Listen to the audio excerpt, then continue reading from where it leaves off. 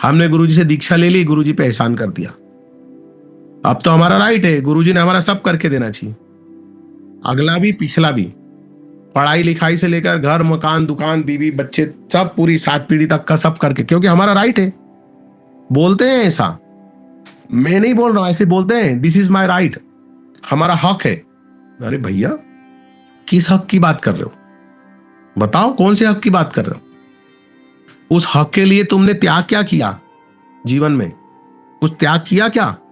जैसे नहीं होते हैं माँ बाप मरे तो 4 भाई जो है वो प्रॉपर्टी पे हक जताने के लिए कोर्ट केस लड़ने चले जाते, जज बोलता किस बात का हक है? क्योंकि हम बच्चे हैं ना, इसलिए हक है हमारा। संभाला किसने माँ बाप को? किसी ने संभाला क्या? किसी ने सेवा की क्या ईमानदारी से? किसी ने माँ बाप के कहने पे चला क्या? नहीं, बोले वो तो कुछ नहीं, फिर काय का हक? नहीं, बोले हम बच्चे हैं इसलिए हक है। तो वैसी बात हो गई कि हक के लिए तुमने किया क्या? साइंस बता देता है तुम्हारे वो क्या देख के,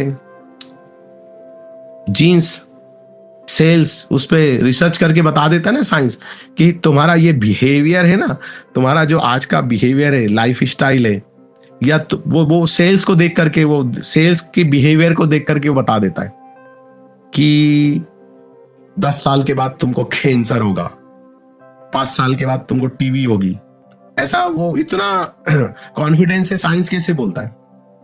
वो जेनेटिकली उस पर रिसर्च करते हैं ना, तो वो उनकी भाषा है, हम हमारी भाषा में बोल देते हैं।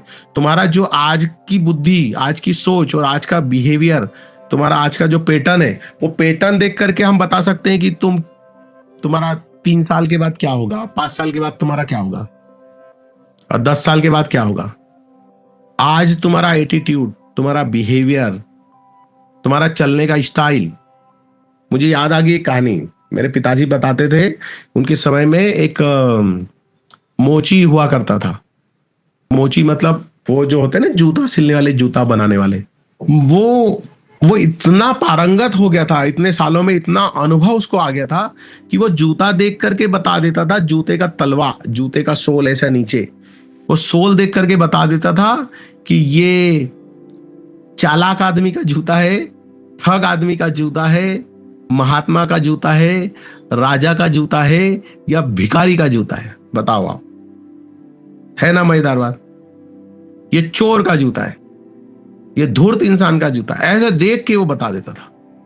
बोले ये कैसे जानते हो आप? अब इतने साल का अनुभव हो गया।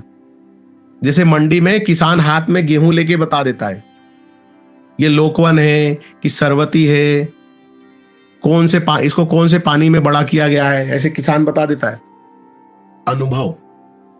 इसलिए साधु संत लोग, महात्मा लोग कुछ बोलते हैं तो सुन लेना चाहिए, उसमें तुम्हारा भला है। अगर वो ऐसे बोलते हैं करो, वो देखो दक्षिणा पंडित मांगता है, पूजा करता है तुम्हारी, तो अपनी मस्ती में जीने वाले साधु संत महात्मा तुमसे क्या मांगते हैं? तो भी हमको कुछ सुनना नहीं है। तो तुम ये दिमाग से निकाल दो कि तुम भगवानों के लिए कहीं जाते हो, परमात्मा को प्राप्त करने के लिए या परमात्मा के दर्शन के लिए जाते हो, दिमाग से निकाल दो। तुम ये लिख लो कड़वा सच, तुम अपनी वासनाओं की पूर्ति के लिए जाते हो, कहीं भी जाते हो। जैसे बीमार आदमी हॉस्पिटल जाता है ना, क्योंकि उसको पता है इधर जाके बीमारी ठीक होती है।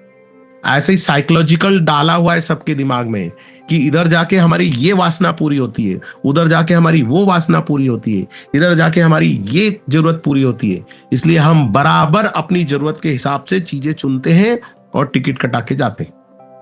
वरना बालाजी में जाके कौन इतना धन चढ़ाता? बताओ, कोई चढ़ाता है बालाजी में जाके धन? शिरडी में जाके धन क्यों चढ़ाते? हमको लगता है यहां पे 1 किलो सोना चढ़ाएंगे तो कितना हमको 100 किलो सोना मिलेगा। ये हमारी वासना है। जितनों के भी अंदर धन को पाने की वासना है, उतने सब जाके वहां सोना चांदी धन चढ़ाते हैं। और ये सच है कि नहीं है? अगर सच नहीं है तो बोल दो गुरुजी आप झूठ बोल रहे हो, गलत बोल रहे हो। बड़े बड़े कढ़ाए होते हैं, भंडारे होते हैं, वो सब तुम्हारी अपनी वासनाओं का प्रतीक है। वरना तुम देखो अपने अंदर झांक के, तुम 10 रुपए भी बिना मतलब के किसी को देते नहीं हो। देते हो क्या जिंदगी में? बिना किसी कारण के 10 यूरो भी, 10 रुपए भी किसी को निकाल के दिए क्या आपने? कि ये मैं ऐसे दे रहा हूं, जैसे हम कचरा डाल देते ना डस्टबिन में, ऐसे मैं इसको दे रहा हूं और इसके बदले मुझे कुछ नहीं चाहिए, ना मुझे पुण्य चाहिए, ना उसकी दुआ चाहिए। कभी किया है ऐसा लाइफ में जो आप मंदिरों में इतना दान करोगे? किसी को भी पूछ लो, अगर वहां जाना है तो उसमें मुझे क्या फायदा है? हमारी कौन सी वासना पूरी होती है? कौन सी हमारी डिमांड वो पूरी कर सकता है तो हम जाएंगे। यही हम लिए लिए घूमते हैं, यही लिए लिए यही सोच रखे रखे हम बूढ़े हो जाते हैं। इसलिए हमारा किसी पे भरोसा नहीं है। हमारी औलादें हमसे प्रॉपर्टी लिखवा लेती है, बुढ़ापे में लात मार के हमको वृद्धाश्रम में छोड़ के आती है। इसमें औलादों की गलती है क्या? नहीं है, क्योंकि हम ऐसे हैं, हम इसी लायक हैं कि हमको उठा करके वृद्धाश्रम में छोड़ दिया जाए। क्योंकि हम पूरा जीवन किस में जिए? अपनी इच्छा और वासनाओं को पूरा करने में ही जिए ना। तो आप कितना भी प्रवचन दे लो, कितनी भी बड़ी बड़ी बातें कर लो, हमारी औलादें वही सीखेगी जैसा हम जीवन जीते हैं, ना कि हम जैसा मुंह से बोलते हैं। और बोलते हैं घोर कलयुग आ गया। हम अपने माँ बाप की सेवा नहीं करते, पर हमारी औलाद ने हमारी खूब सेवा करना चाहिए। तो अब बताओ, क्या सार्कास्टिक वाली बातें मैं करता हूं या हम अपना जीवन वैसा जीते हैं? सोच के देखो। हम अपने आप को धोखा दे रहे हैं, रोज धोखा दे रहे हैं, रोज। और कब तक? वो बोलते ना, शुतुरमुर्ग रेत में मुंडी घुसा लेगा तो बिल्ला उसको खाएगा नहीं, ऐसा नहीं है।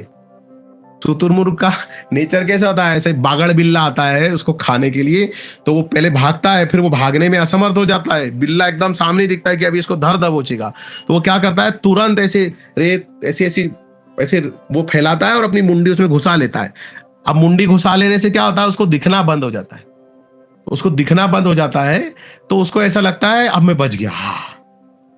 अरे खाली मुंडी रेत में घुसा लेने से उसके प्राण बच जाएंगे क्या?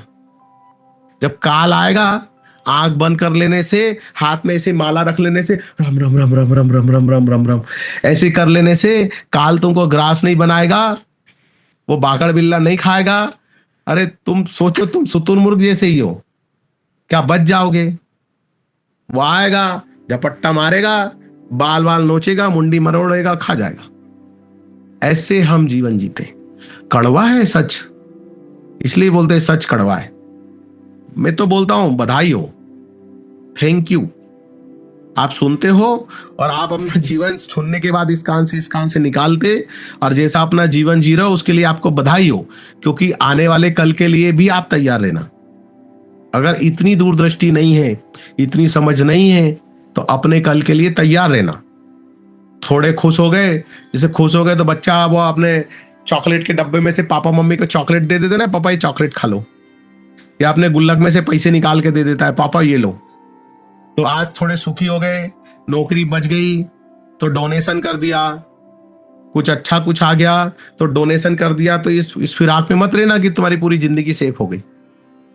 किसको लालच दे रहे हो? कुछ अच्छा, कुछ थोड़ा हमको लगा कि हमारी कोई वासना पूरी हो गई तो चलो भंडारा कर दो, दान कर दो, थोड़े से पैसे निकाल के दे दो लिफाफे में डाल के, तो और कृपा बनी रहेगी। तो ये खुशफहमी में मत रहना। अगर तुम्हारा चरित्र, तुम्हारी सोच, तुम्हारा जीवन सही दिशा में नहीं जा रहा है तो एक ना एक दिन भोगना तुमको ही पड़ेगा।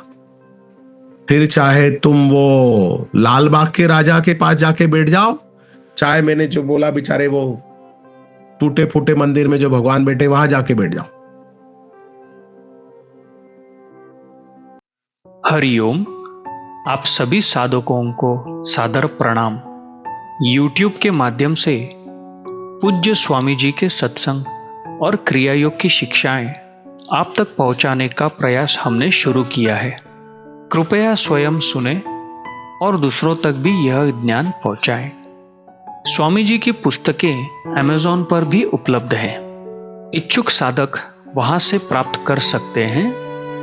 निस्पृह योग क्रिया योग आपका स्वागत करता है। स्वामी जी की वाणी को अधिक से अधिक लोगों तक पहुंचाने में सहयोग करें। हरिओम।